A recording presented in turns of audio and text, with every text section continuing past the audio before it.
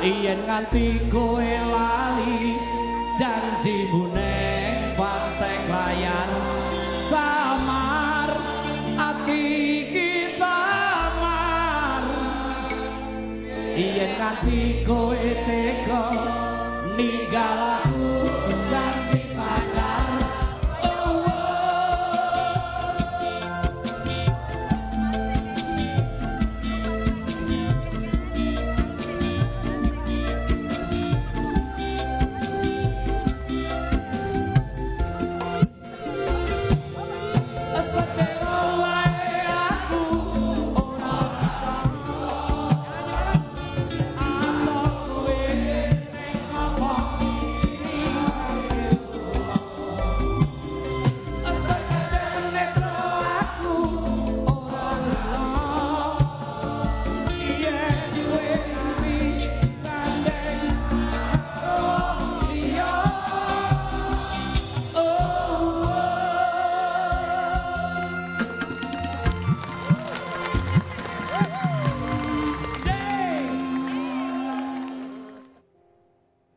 Yang baru saja Anda saksikan adalah ketika Didi Kempot ada di program Rosi tahun lalu.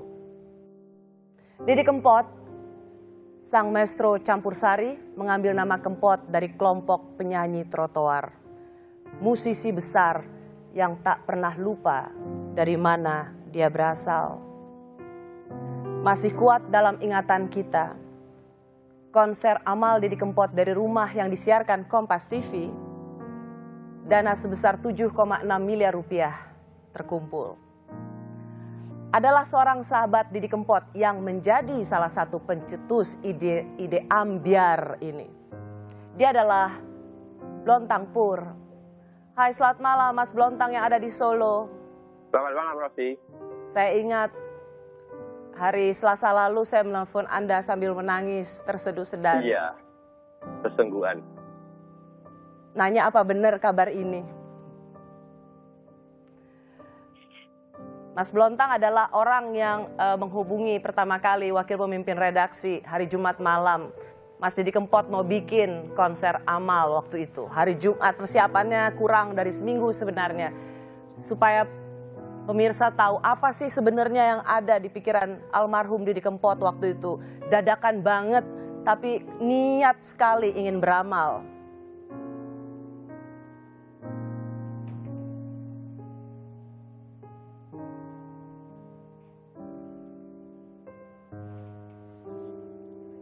Mas Blontang? Ya. Bisa dengar tadi suara saya? Bisa. Mas Blontang bisa ceritakan, karena Anda adalah orang yang menghubungi Kompas TV mewakili Mas Didi Kempot. Kenapa waktu itu ada niat Mas Didi untuk beramal? Waktunya padahal mepet banget. Gini, awalnya hari Kamis ya. Kamis sore itu ada notifikasi akun YouTube Mas Didi upload lagu baru. Aku dengerin, itu ternyata lagu lama, Ora Bisa Mulai. Saya dengerin, nggak ada ilustrasinya, cuman suara aja. Nah, malamnya saya kontak Mas Ige. Mas Ige, bikin konser yuk. Gitu. Mas Didi mau nggak ya? Terus Mas Ige bilang, besok Mas Didi akan ke sini. Akhirnya Jumat sore, kami janjian ketemu di rumah Mas Ige. Nah, saya utarakan maksudnya itu, Mas, ini kan situasi saat ini orang masih ngeyel nih, orang pada pengen mudik dan semacamnya. Bagaimana kalau kita bikin konser pakai streamingan aja, pakai akun YouTube-nya Mas Didi, terus ya akhirnya menghimbau aja orang untuk tidak mudik gitu. Terus akhirnya Mas Didi nunjukin, tiba-tiba minta Mas Didi buka komputernya, ternyata lagu itu Mas Ige sedang menyiapkan video klip lagu itu, lagu Ora Bisa Mulai itu dengan ilustrasi itu aktivitas dokter, tenaga kesehatan, polisi, TNI gitu. Jadi emang itu, nyambung banget ya? Iya, jadi kayak semesta lah, ini semesta mendukung lah, kita nggak. Jadi sama-sama nyambung. Begitu saya ngomong itu Mas Didi langsung, ya Mas, oke, gitu. Terus saya bilang, Mas, ini gratisan loh, saya bilang gitu. Saya usahakan deh nyari buat ya sekedar ganti transport untuk teman-teman, tapi Mas Didi kami nggak ada budget untuk studio macam-macam, kayak saya coba deh gitu. Prinsipnya oke. Nah, begitu oke, kami balik ke RBI itu setelah lepas maghrib lah. Setelah maghrib, saya kontak teman, salah satu teman itu yang dulu ngejar-ngejar terus pengen ngajakin bikin konser gitu. Saya cerita soal itu, diingetin, Mas, nggak ada TV dong. Gitu. Oh iya, baru ingat. Akhirnya, ya udah, aku kontak Yogi. Yok, aku mau bikin ini nih. Gimana? Kita bisa jalan bareng nggak? Gitu. Yogi nyambut, wah menarik itu Mas. Saya minta waktu setengah jam. Dalam setengah jam, kayaknya Yogi rapat dengan teman-teman dan udah dikasih kepastian. Oke Mas, kita running gitu. Ya sesimpel itu sebenarnya idenya. Sebenarnya proses yang sangat sederhana. Dan kita waktu itu berpikir bahwa ini Mas Didi Kempot yang punya jutaan penggemar, nggak usah mudik dulu. Karena memang mudik itu yang biasa menjadi tradisi kita, tapi menjadi sesuatu yang belum boleh kita lakukan di tahun ini. Saya lihat di latar belakang Anda ada virtual background, brass. Apa yang mau Anda sampaikan, Mas Blontang? Iya, ini apa namanya? Ini hasil donasi yang dikumpulkan dari konser itu. Kebetulan kami mengelola untuk teman-teman Sobat Ambyar yang ada 16 kota. Mereka kita minta mengajukan, sanggup nggak kita bagi ini, kayak gitu. Nah terus sambil ini nanti sebagian akan kita bagikan ke pelaku-pelaku seni tradisi ya. Seni tradisi juga kita pengennya orang-orang yang hidupnya seperti Mas Didi lah. Ada penyanyi keroncong atau mungkin organ tunggal yang karena situasi corona ini nggak ada orang resepsi, nggak ada tanggapan, nggak ada job gitu. Ya. Nah kita pengen nanti akan mendistribusikan itu ke mereka. Terima kasih ya Mas Blontang. Saya juga ingin mengucapkan terima kasih karena kami begitu bangga bisa menjadi panggung pamungkas untuk seorang Didi Kempot yang berkonser amal dari rumah dan luar biasa donasinya. Saya mengatakan tidak mungkin ini bisa dilakukan oleh seorang musisi kalau itu bukan karena seorang Didi Kempot. Saya ingat pembicaraan dengan Mas Didi Kempot terakhir, bagaimana kita mau menyalurkan Mas Didi Kempot kalau udah beramal ya dia beramal aja, terserah Mbak Rosi, terserah Kompas TV, tapi saya katakan tidak. Ini bisa terjadi 7,6 miliar dalam 3 jam, 5 miliar lebih dan kemudian diperpanjang 1 jam dapat 7,6. Ini murni karena seorang Didi Kempot yang mampu merekatkan soliditas dan kekompakan Sobat Ambyar se-Indonesia. Terima kasih Mas Blontang, kita semua bangga menjadi bagian dari panggung amal pamungkas seorang Didi Kempot. Oh ya, saya diingatkan ternyata sudah tersambung juga Via Valen. Selamat malam Via Valen.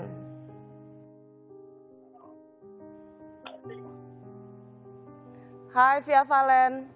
Iya, halo ya. Via Valen, kamu juga suka nyanyiin lagu-lagunya Mas Didi Kempot. Menurutmu apa yang ada di lagunya Mas Didi Kempot sehingga kamu bisa juga menjadi besar seperti sekarang? Menurut saya musisi Mas Didi Kempot itu adalah seorang musisi sejati dan beliau itu nggak banyak seorang musisi yang bisa besar dengan mempertahankan bahasa daerahnya.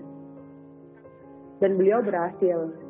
Lagu-lagunya beliau luar biasa semua, liriknya bagus, notnya bagus.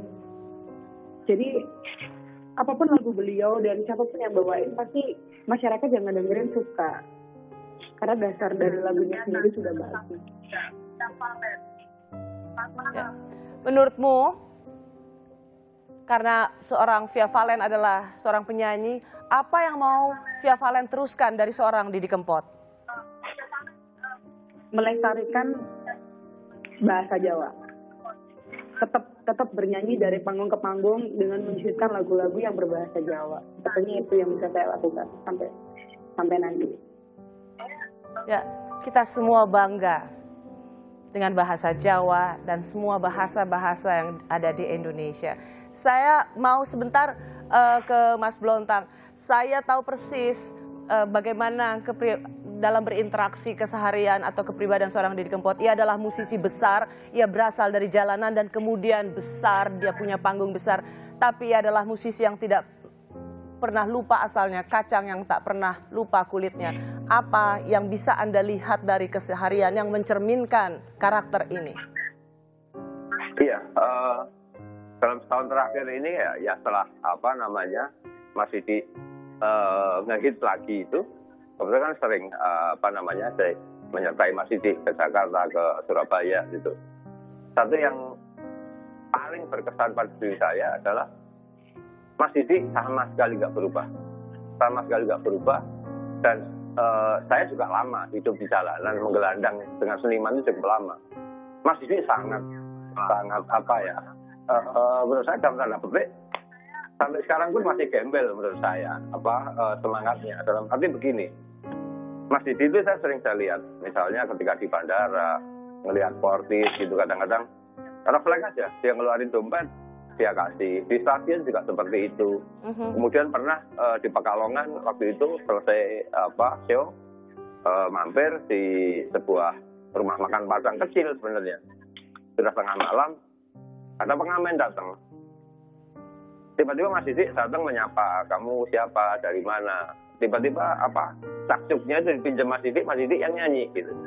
Orang itu dikasih duit setelah itu. Nah itu yang saya sangat terkesan.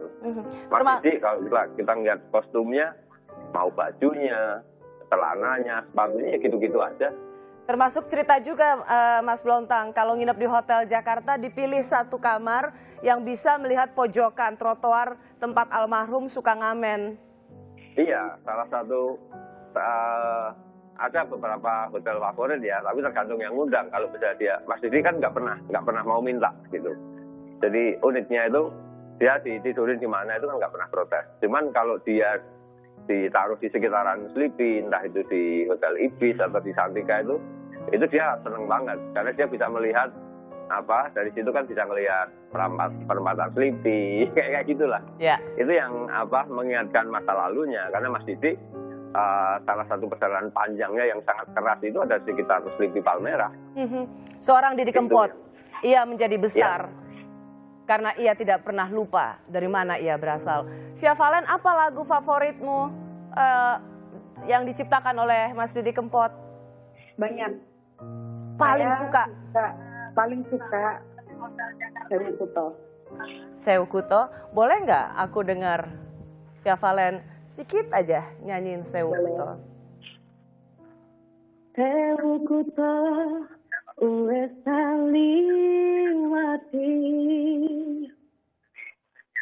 tewati tak takoni nanging kabeh padha ora ngerteni lu ngomong ning ngendi pirang taun anggoku goleki tapi urung bisa nemoni. Terima kasih Via Valen, terima kasih Mas Blontang. Mas Blontang, sebenarnya pembicaraan terakhir saya dengan Mas Didi Kempot adalah juga Anda tahu kita mau bikin konser lagi untuk Indonesia. Iya. Matur nuwun Gusti Allah, terima kasih alam semesta, terima kasih untuk Indonesia. Dan secara khusus ia menyebut satu nama penyanyi yang ia minta, Mbak Rosi tolong hubungi dia supaya nyanyi duet dengan saya. Siapa penyanyi yang dimaksud oleh seorang Didi Kempot? Ia akan menyanyikan lagu Didi Kempot itu di sini untuk Didi Kempot. Terima kasih sekali lagi Mas Blontang Pur, terima kasih Via Valen. Terima kasih Rosi. Seorang Didi Kempot menulis lirik lagu berjudul Kalung Emas. Lagu itu tentang kalung emas diberikan untuk sang kekasih yang sudah berpaling. Kalung emas sing ono gulumu, saiki wis malih dadi biru. Luntur koyo tresnomu, tapi tidak bagi sobat ambiar. Kalung emas itu akan selalu penuh cinta dan tidak pernah luntur. Cinta untuk sang maestro.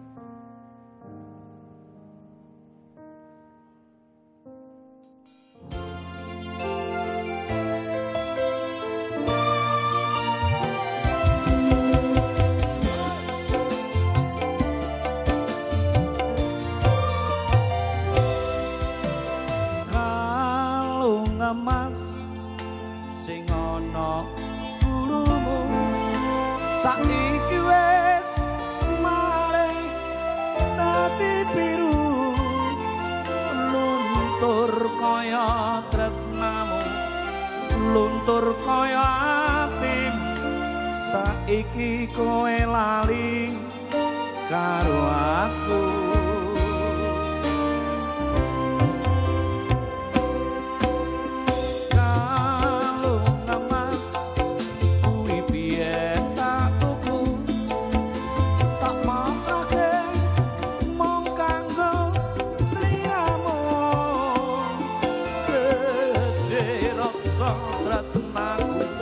iya mung kanggo sliramu ranyono kowe lali karo aku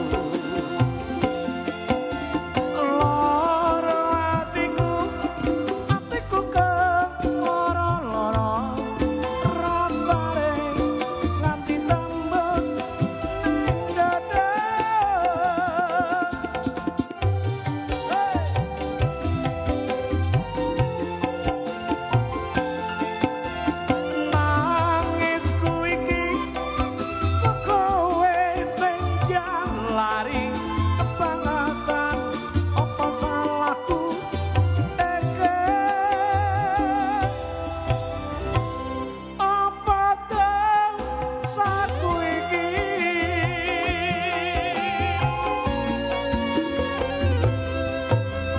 buat sobat ambiar, kompoter, buat masyarakat Indonesia semuanya yang betul-betul pada malam ini aliran rezeki kita atau donasi Anda sangat-sangat dibutuhkan buat saudara kita yang kena musibah semacam gini. Matur nuwun, sukses buat semuanya. Matur nuwun.